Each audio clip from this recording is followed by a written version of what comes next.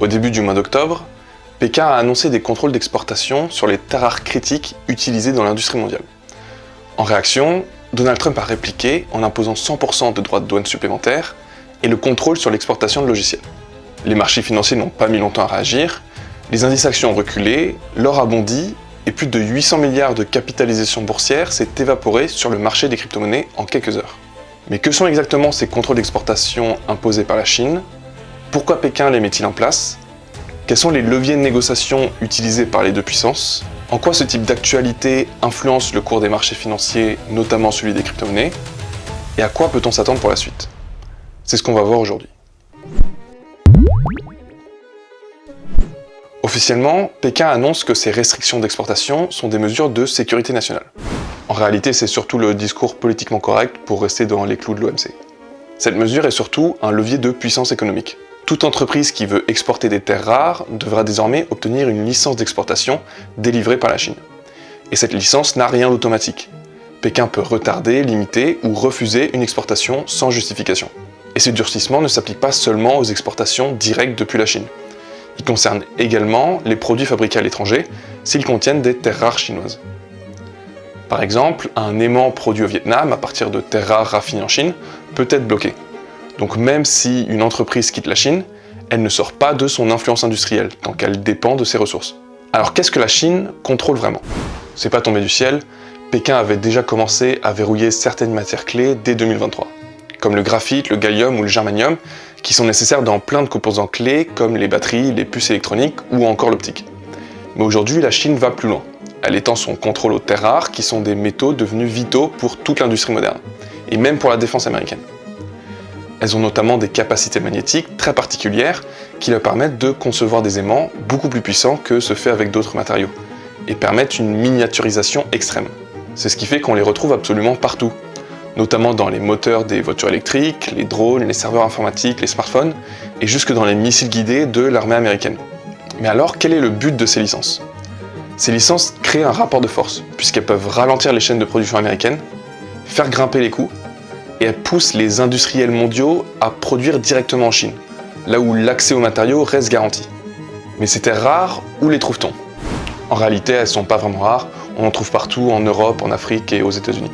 Mais le problème, c'est qu'elles sont rarement concentrées dans un seul endroit, et les raffiner est un cauchemar. Elles sont toujours mélangées entre elles, leur séparation demande des procédés chimiques lourds, coûteux et ultra polluants. Alors pendant que les Occidentaux fermaient leurs mines pour des raisons environnementales et de rentabilité, la Chine a complètement pris le monopole dessus. C'est ce qui fait qu'aujourd'hui, même si seulement 40% des réserves mondiales sont en Chine, elle en produit 70%, et surtout elle en raffine près de 90%. Donc même les terres rares extraites aux États-Unis finissent raffinées en Chine. Mais comment est-ce que la Chine a obtenu ce pouvoir? Eh bien c'est le résultat d'une stratégie industrielle mise en place sur plus de 30 ans pendant que les États-Unis et l'Europe ont laissé filer le contrôle de ces ressources. Dans les années 80, l'Occident domine encore. À cette époque, ce sont les États-Unis qui contrôlent le marché des terres rares grâce à la mine de Mountain Pass en Californie. L'industrie est encore américaine, mais la demande est très faible, et les terres rares ne sont utilisées que dans des applications de niche. Dans les années 90, avec la montée de l'écologie politique et des normes environnementales, l'Occident juge l'exploitation minière trop sale, trop polluante et pas assez rentable. Résultat, les mines ferment une à une. Et pendant ce temps, la Chine fait le pari inverse. Elle accepte la pollution, subventionne massivement l'extraction et le raffinage, et casse les prix pour écraser la concurrence. C'est ce qui fait que Mountain Pass ferme en 2002. Dans les années 2000, maintenant que la concurrence est morte, Pékin a pour objectif d'attirer la production en Chine. Elle rend ce choix presque inévitable grâce à l'accès garanti aux terres rares, mais aussi de l'énergie et des crédits subventionnés, et une main-d'œuvre abondante et peu chère. Résultat, les grandes entreprises mondiales, Toyota, Siemens, General Electric, déplacent leurs usines sur le territoire chinois. En clair, la Chine a utilisé ses ressources minières comme un piège industriel. D'abord attirer le monde avec des prix imbattables, puis verrouiller la production mondiale sur son territoire. C'est comme ça qu'elle est passée du rôle de fournisseur de matières premières à celui de puissance industrielle centrale. En 2010, après un différend territorial avec le Japon, la Chine coupe ses exportations de terres rares vers Tokyo, et le monde comprend que ces métaux peuvent devenir une arme économique. Aujourd'hui, grâce au raffinage, l'étape que personne n'a voulu garder en Occident, elle contrôle près de 90% de l'offre mondiale des terres rares exploitables. Et avec ce monopole, elle commence à imposer des licences d'exportation pour faire pression sur les États-Unis.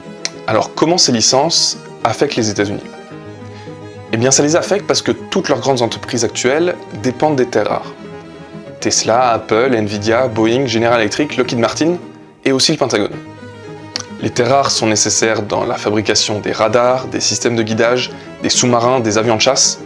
Donc une grande partie de la défense américaine va dépendre de licences d'exportation chinoises. Si demain la Chine décide de ralentir ses licences, les chaînes de production américaines se grippent, les coûts explosent, les délais s'allongent, et c'est toute une souveraineté nationale qui est menacée. Maintenant qu'on sait tout ça, que peuvent faire les États-Unis pour les contrer? Le but de Washington est notamment de ralentir la montée en puissance de la Chine, restaurer une autonomie industrielle américaine et négocier en position de force. Alors que signifient les tarifs et contraintes imposées par Trump? Un tarif de 100%, c'est simple. On double le prix de tout ce qui entre de Chine. Donc une machine importée 5 000 $ passe à 10 000 $. Ça permet de rendre les exportations chinoises non compétitives aux États-Unis.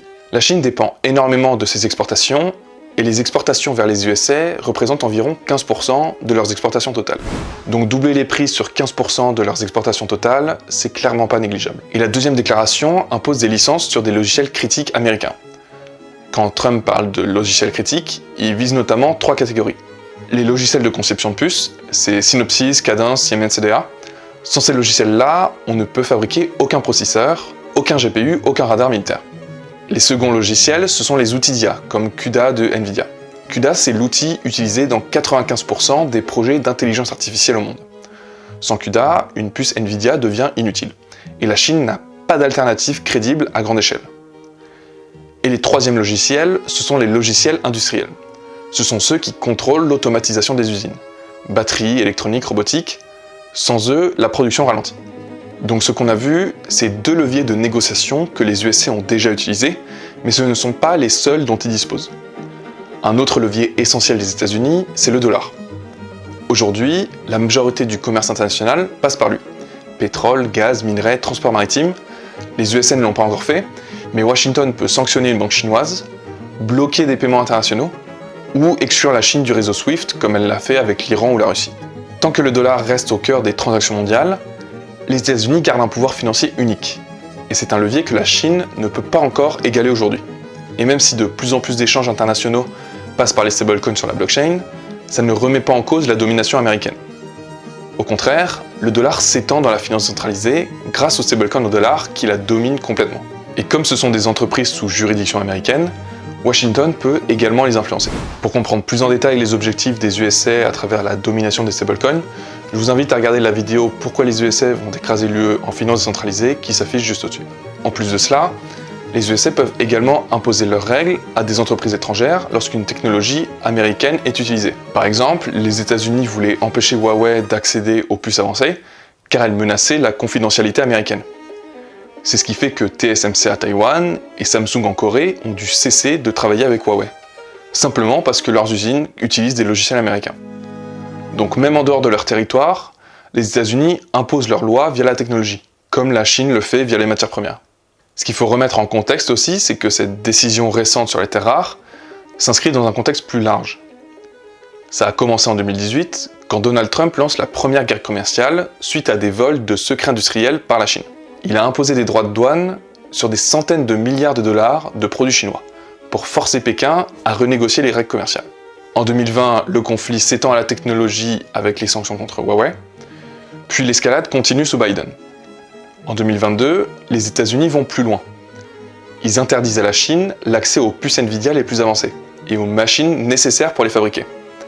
La même année, Washington injecte 52 milliards de dollars pour relancer la production de semi-conducteurs sur le sol américain et réduire la dépendance envers la Chine.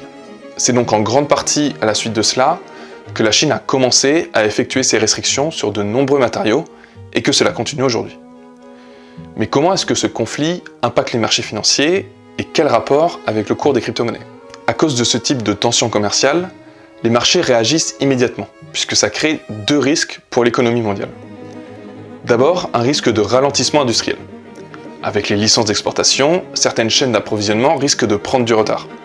Un composant qui met 3 jours à arriver peut mettre désormais 3 semaines. Pour les entreprises industrielles, un simple retard sur un composant peut bloquer toute une ligne de production. donc la croissance ralentit. Ensuite, un risque d'inflation, provoqué cette fois par les tarifs américains.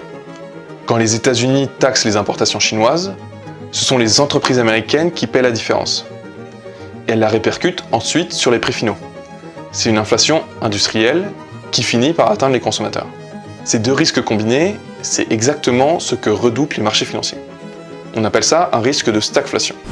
Et ça mettrait la Fed dans l'embarras, puisque cela forcerait à sacrifier une faible inflation ou la croissance. Mais pourquoi les actions baissent et pourquoi la crypto chute encore plus? Face à ce genre d'incertitude, les investisseurs réduisent leur exposition au risque. D'abord, ils vendent les actions, en particulier celles qui dépendent de la Chine pour leur production, donc notamment la haute technologie, l'automobile électrique, les énergies renouvelables, et ensuite ils coupent ce qui est considéré comme le plus risqué, notamment les crypto-monnaies. Pourquoi les crypto-monnaies? Parce que c'est la classe d'actifs la plus volatile du marché financier actuel.